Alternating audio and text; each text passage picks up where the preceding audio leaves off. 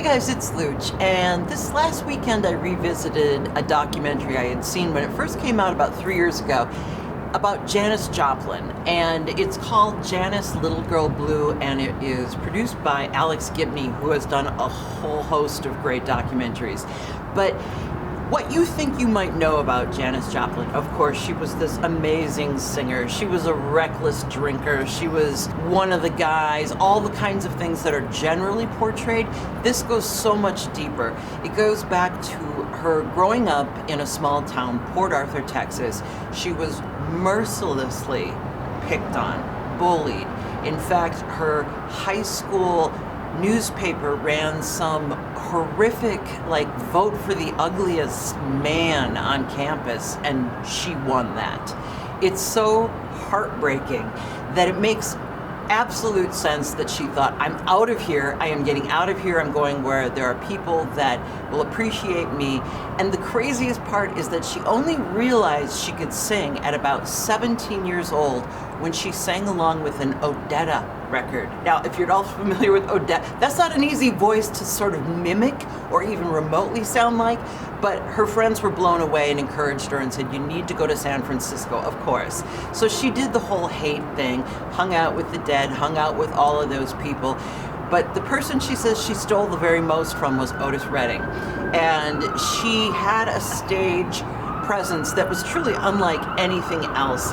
She felt the blues because she lived the blues.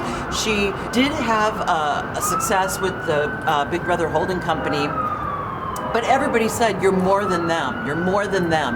And one of her bandmates had something really poignant to say. He said, I was never creative enough to hold her back from her talent. So they played for a while, then she went solo, and she did this big train tour, which has been documented because the Grateful Dead were on that, and the band and other people.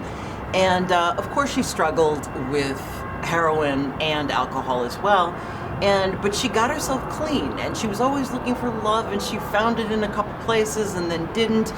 But the painful thing is she keeps writing these postcards home to her parents.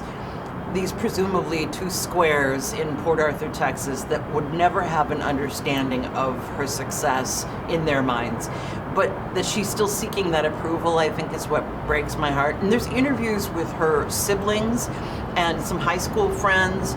And one real interesting thing is that she had a bit of a love affair with Dick Cavett at one point.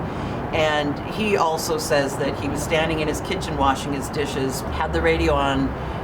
He said all he heard was singer Janis Joplin, and he just finished the sentence, is dead. He knew it was coming. I think most people around her knew that it was coming. But check this documentary out if you want to really see who she was and what that pain was underneath that amazing voice and what propelled her to be such a believably raw singer on stage. Again, it's called Janis Little Girl Blue. It's not a feel-good movie, but neither is life.